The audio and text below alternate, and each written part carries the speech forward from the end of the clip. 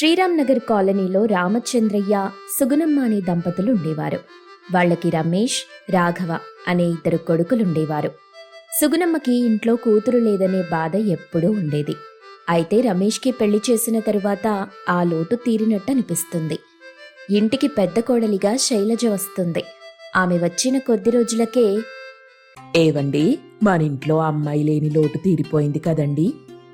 అవును సుగుణ, కోడలలా మహాలక్ష్మిలా ఇంట్లో తిరుగుతూ ఉంటే మనసుకు హాయిగా ఉంటుంది. అత్తయ్య, మీకు మావయ్య గారికి టీ తీసుకురమ్మంటారా? తీసుకురా తల్లి. సరే అత్తయ్య. మన కోడలు నిజంగా మహాలక్ష్మి. చూడు ఎంత చక్కగా ఇల్లు చక్కబెడుతుందో. నిజమేనండి, మేమిద్దరం రోజంతా చాలా కబుర్లు చెప్పుకుంటున్నాం. పోనీలే, నా బుర్ర తినకుండా ఉంటావు. మీకన్నీ జోకులే అని మాట్లాడుతుండగా శైలజ టీ తీసుకుని అక్కడికొచ్చింది. రమేష్, రాఘవ కూడా అక్కడే ఉంటారు. అత్తయ్య, మావయ్య, టీ తీసుకోండి. ఏవండి, రాఘవ, మీకు టిఫిన్ రెడీ చేశాను, క్యారేజ్ కూడా కట్టేశాను, రండి.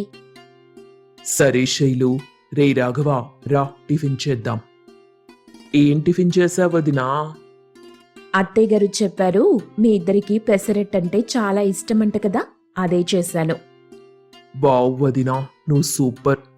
సరే దా, ఓ పట్టు పడదాం అని చక్కగా తినేసి ఎవరి పనికి వాళ్ళు వెళ్ళిపోతారు. ఇక ఇంట్లో శైలజ, సుగుణమ్మ మాత్రమే ఉన్నారు.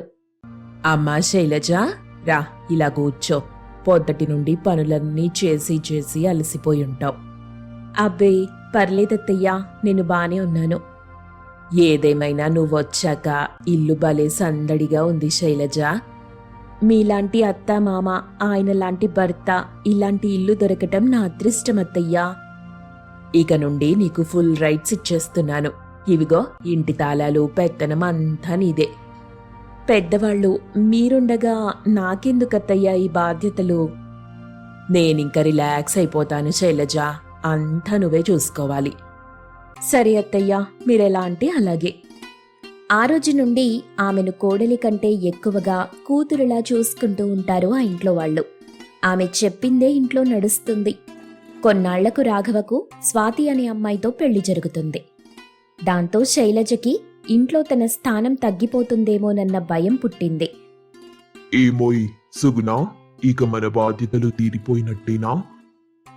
అప్పుడేనా? ఇంకా చూడాల్సింది, చెయ్యాల్సింది చాలా ఉంది. ఇంకేముంది, చిన్నోడి పెళ్లి కూడా అయిపోయింది. ఇద్దరు కోడళ్ళు చక్కగా ఇంటిని చూసుకుంటారు. మరి మనవడు, మనవరాళ్ల సంగతో? అదంతా వాళ్ళిష్టం లేవే. నువ్వు కోడళ్లతో ఈ సంగతనకు. అబ్బో, కోడళ్ల మీద ఎంత ప్రేమో. సర్లే, నేను వాళ్లతో మాట్లాడేసొస్తాను అని ఇద్దర్నీ కూర్చోబెట్టి మాట్లాడింది. స్వాతి కాస్త అమాయకంగా ఉంటుంది. నోట్లో నాలుక లేని పిల్లలా సైలెంట్గా ఉంటుంది. ఏంటమ్మా స్వాతి, వచ్చిన దగ్గర నుండి అసలేం మాట్లాడట్లేదు? అదేం లేదత్తయ్యా. ఇక్కడ నిన్నెవ్వరూ ఏమీ అనరు తల్లి. కావాలంటే మీ అక్క శైలజను అడుగు. అయ్యో, అడగాల్సిన అవసరం లేదత్తయ్యా, మీరు బాగా చూసుకుంటున్నారు. అది చూడు శైలజ, స్వాతికి ఏం కావాలన్నా చూసుకో. ఇద్దరూ అక్కా చెల్లెళ్ళలా ఒకరికొకరు తోడుగా ఉండాలి, సరేనా? సరే అత్తయ్యా. చిన్న కోడలని చెప్పి స్వాతిని కాస్త గారాబం చేసి చూసేవాళ్లు. ఇది శైలజకి నచ్చేది కాదు. దాంతో స్వాతితో ఉండే ప్రవర్తనలో మార్పొచ్చింది. ఓ రోజు స్వాతి, అక్క, నేనేమైనా సాయం చెయ్యనా? వద్దులేమ్మా, అసలే నువ్వు ఈ ఇంటి ముద్దుల కోడలివి. నువ్వు పనులు చేస్తే ఎలా చెప్పు? అదేంటక్కా, నువ్వెంతో నేను అంతే కదా. ఇంకా నాకంటే నువ్వే ఎక్కువ. ఈ ఇంటి గురించి నీకే తెలుసు కదా. అవును, అందుకేగా అత్తగారింటి తాళాలు నా చేతిలో పెట్టారు. నిజమే అక్కా. సరే, నేను కూడా సాయం చేస్తానుండు. ఎందుకు? అత్తయ్య గారు, మావయ్య గారు ముందు మంచి మార్కులు కొట్టేయాలన్నా ఇదంతా? అయ్యో లేదక్కా, నీకు సాయం చేద్దామని. అవసరమైతే అడుగుతానులే స్వాతి. అది కాదక్కా, నాకు కూడా నేర్చుకోవాలనుంది అని మాట్లాడుతుండగా సుగుణమ్మ అక్కడికొచ్చింది. ఏంటి స్వాతి, ఏదో నేర్చుకోవాలనుందంటున్నావు? చూడండి అత్తయ్యా, అప్పుడే పనులు చేస్తానంటుంది. మొన్నే కదా వచ్చింది. కాస్త ఇల్లు అలవాటు చేసుకోమని చెప్తున్నాను. పోనీలే, చిన్నపిల్ల ముచ్చట పడుతుందిగా. మీరు చెప్పారుగా, మెల్లమెల్లగా నేర్పిస్తానులేండి. మీరిద్దరూ ఇలాగే చక్కగా ఉండాలి తల్లి. తల్లి స్వాతి, ఈ ఇల్లు నీదే అనుకో. అస్సలు మొహమాట పడకు. సరే అత్తయ్యా. ఆ రోజు నుండి శైలజ మనసులో ఇంకాస్త ద్వేషం పెరిగింది. పోను పోను స్వాతిని అంతా ప్రేమగా చూసుకుంటూ ఉంటారు. ఓ రోజు శైలజ కావాలనే స్వాతి చేసిన కూరలో ఉప్పెక్కువగా వేస్తుంది. అయ్యో, కూరలో ఉప్పు ఇంత ఎక్కువైందేంటి? నిజమే వదినా, నాకు కూడా అది అనిపిస్తుంది. ఈ సాంబార్లో కూడా ఉప్పు ఎక్కువగానే ఉంది. ఏంటి పిల్లలు, ఈరోజు ధ్యాస ఎక్కడుంది? ఈరోజు వంటంతా స్వాతియే చేసిందత్తయ్యా.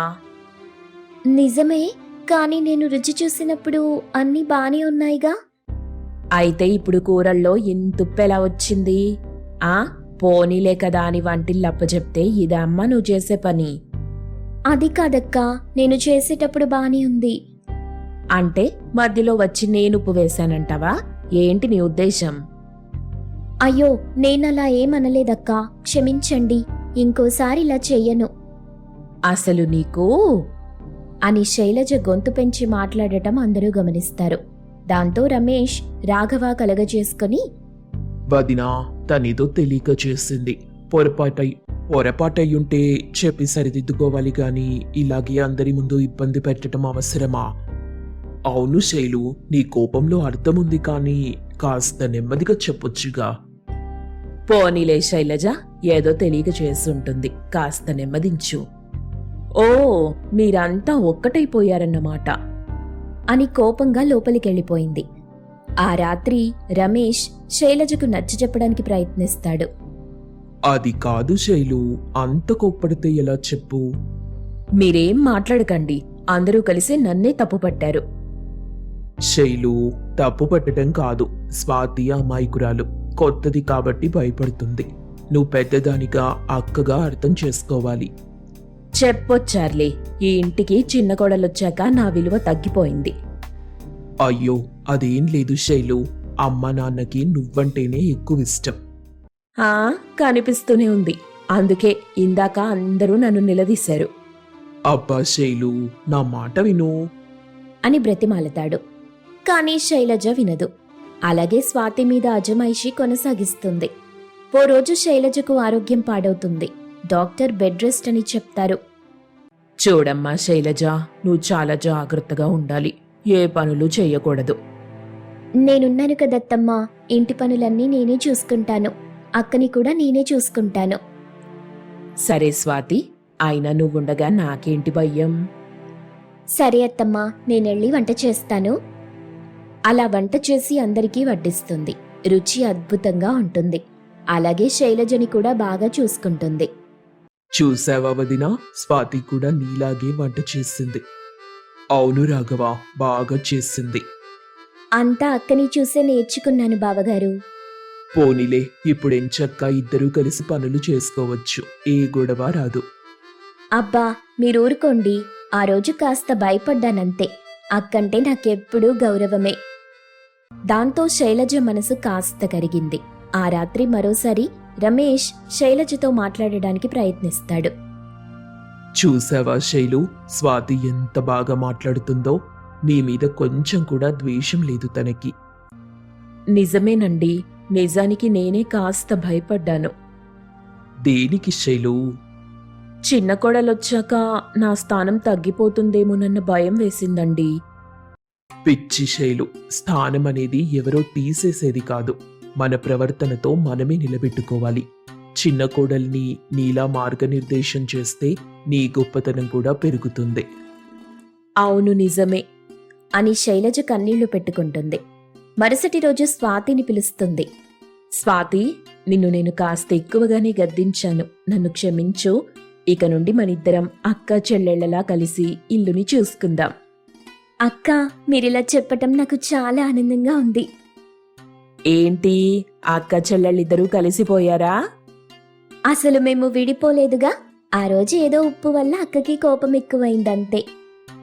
అబ్బో, చిన్న కోడలికి మాటలు కూడా బాగానే వచ్చే. అంతా అత్త ట్రైనింగే అత్తయ్యా. పోనీలే, మీరిద్దరూ ఇలా కలిసి ఉండటం కంటే కావలసిందేముంది? ఎప్పుడూ ఇలాగే ఉండండమ్మా. సరే అత్తమ్మా. ఇంట్లో మళ్ళీ నవ్వులు మొదలయ్యాయి. ఇద్దరూ కలిసి వంటింట్లో పని చేస్తూ ఇంటిని చక్కబెడుతూ చక్కగా చూసుకుంటుంటారు.